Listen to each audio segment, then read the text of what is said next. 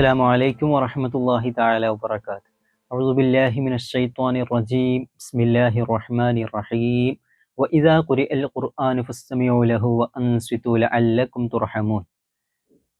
അള്ളാഹു സുബ്ഹാനഹു തആല പരിശുദ്ധമായ ഖുർആനിലെ സൂറത്തുൽ അഅറാഫിലെ 204-ാമത്തെ അധ്യായത്തിലൂടെ ജനങ്ങളോട് പറയുകയാണ്. അള്ളാഹു സുബ്ഹാനഹു തആല ഖുർആനിനെ ജനങ്ങളിലേക്ക് ഇറക്കിയതിനെ പരിചയപ്പെടുത്തുന്നത് റഹ്മത്ത്, ഹുദ, അതായത് കാരുണ്യം, സന്മാർഗം എന്നീ രണ്ട് തരത്തിലാണ്. ഇത്തരത്തിലിറങ്ങിയ ഖുർആനിനെ ഒരു സത്യവിശ്വാസി കേൾക്കുകയാണെങ്കിൽ അവൻ അതിനെ എങ്ങനെ സമീപിക്കണം എന്നാണ് അള്ളാഹു തആല ഈ ആയത്തിലൂടെ വ്യക്തമാക്കുന്നത്. മഹാന്മാരായ മുഫസ്സിറുകൾ ഈ ആയത്തിന് പല കോണുകളിൽ നിന്ന് തഫ്സീറുകൾ രചിച്ചതായി കാണാം. പ്രബലമായി ഒരു കൂട്ടം പണ്ഡിതന്മാർ പൊതു എന്ന ഒരു മണ്ഡലത്തിൽ നിന്ന് ഈ ഒരു ആയത്തിനെ നോക്കിക്കാണുകയും അത്തരത്തിൽ ഇതിനെ വിവേക്ഷിക്കുകയും ചെയ്തതായി കാണാം.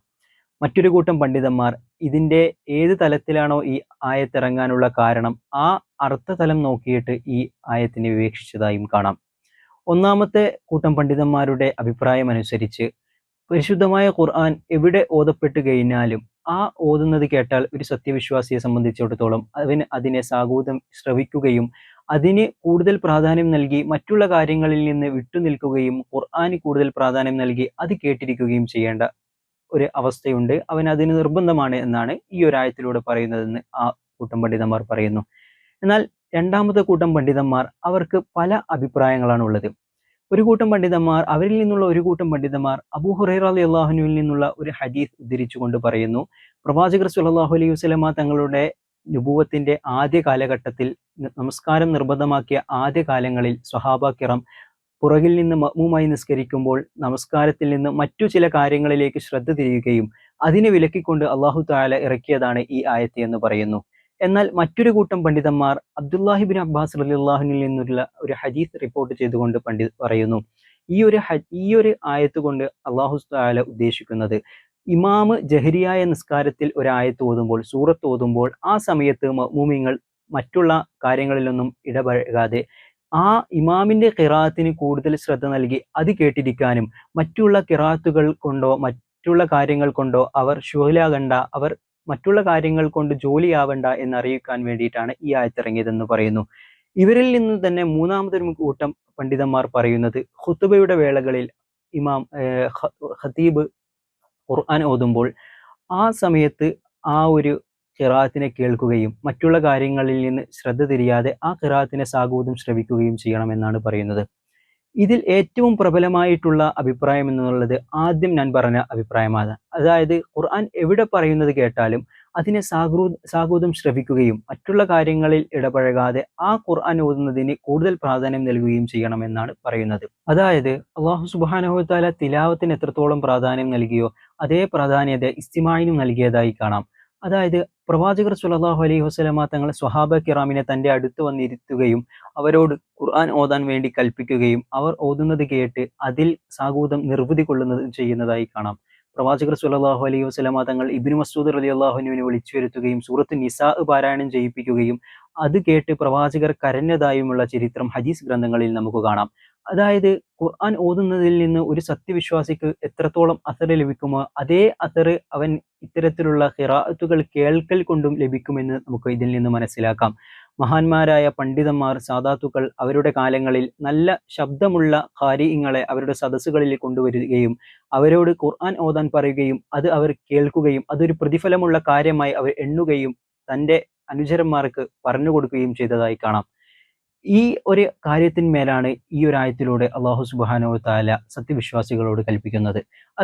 അതായത് ഖുർആൻ ഓതുന്നത് കേൾക്കുകയാണെങ്കിൽ ഒരു വിശ്വാസിയെ സംബന്ധിച്ചിടത്തോളം അവനോട് രണ്ട് രീതിയിൽ അതിനോട് സമീപിക്കാനാണ് പറയുന്നത്.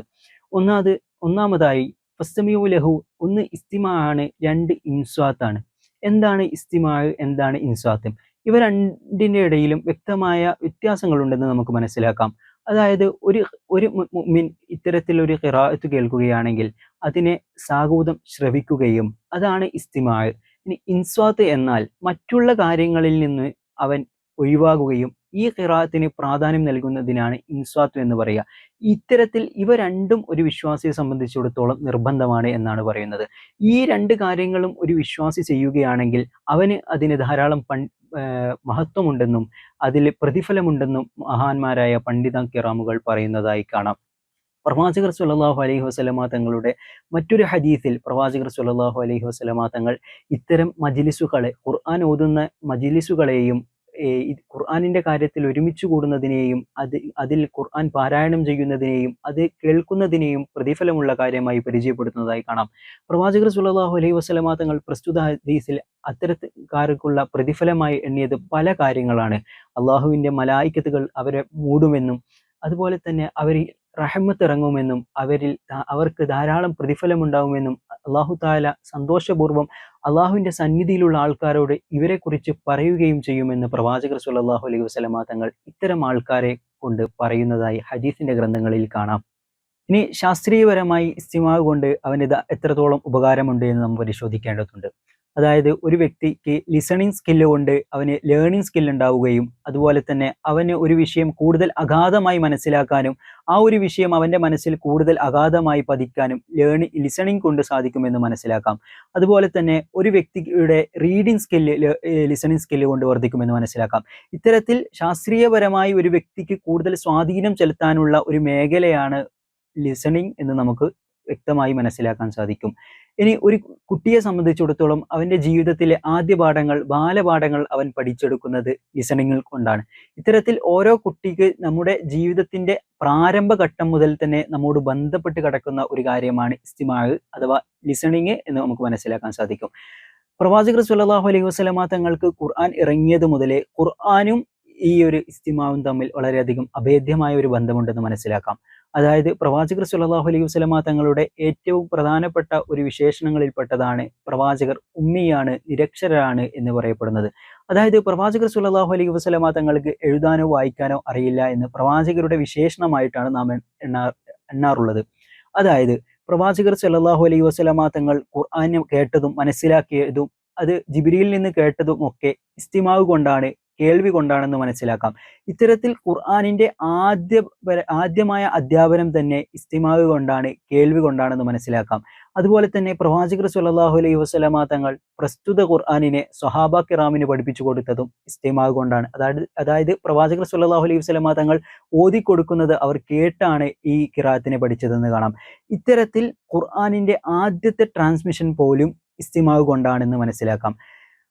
ചുരുക്കത്തിൽ പ്രവാചകർ സ്വല്ലല്ലാഹു അലൈഹി വസല്ലമ തങ്ങൾക്ക് ഖുർആൻ അവതരിപ്പിച്ചതും പ്രവാചകർ സ്വല്ലല്ലാഹു അലൈഹി വസല്ലമ തങ്ങൾ ശേഷം സ്വഹാബ കിറാമിന് പഠിപ്പിച്ചു കൊടുത്തതും അതിന്റെ എല്ലാവിധ ചലനങ്ങളിലും ഇസ്തിമാഇന് വളരെയധികം, ഖുർആന്റെ എല്ലാവിധ കൈമാറ്റങ്ങൾക്കും ഇസ്തിമാഇന് വളരെയധികം പ്രാധാന്യമുണ്ട് എന്ന് മനസ്സിലാക്കാം.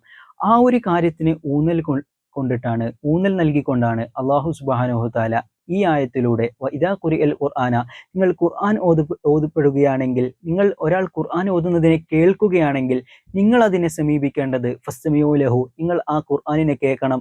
അൻസിതു, നിങ്ങൾ മറ്റുള്ള കാര്യങ്ങളിൽ നിന്ന് ഒഴിവാക്കി ആ ഖുർആനിൽ ഓതുന്നതിന് കൂടുതൽ പ്രാധാന്യം നൽകണം. ലഅല്ലക്കും തുർഹമൂൻ, നിങ്ങൾക്ക് റഹ്മത്ത് ചെയ്യപ്പെടാൻ അത് കാരണമായേക്കാം. അതായത് നിങ്ങൾക്ക് ഇവ രണ്ടും ചെയ്യൽ കൊണ്ട് റഹ്മത്ത് ചെയ്യപ്പെടുമെന്ന് അല്ലാഹു സുബ്ഹാനഹു തആല പറയുന്നത്. അല്ലാഹു സുബ്ഹാനഹു തആല ഖുർആൻ കൊണ്ട് സ്വർഗീയ അവകാശിയാവുന്നവരിൽ നമ്മെ കൂടി ഉൾപ്പെടുത്തട്ടെ എന്ന് ദുആ ചെയ്തുകൊണ്ട് ഞാൻ നിർത്തുന്നു. ആഖിറു ദഅവാനാ അൽഹംദുലില്ലാഹി റബ്ബിൽ ആലമീൻ. അസ്സലാമു അലൈക്കും വറഹ്മത്തുള്ളാഹി തആല വബറകാതുഹു.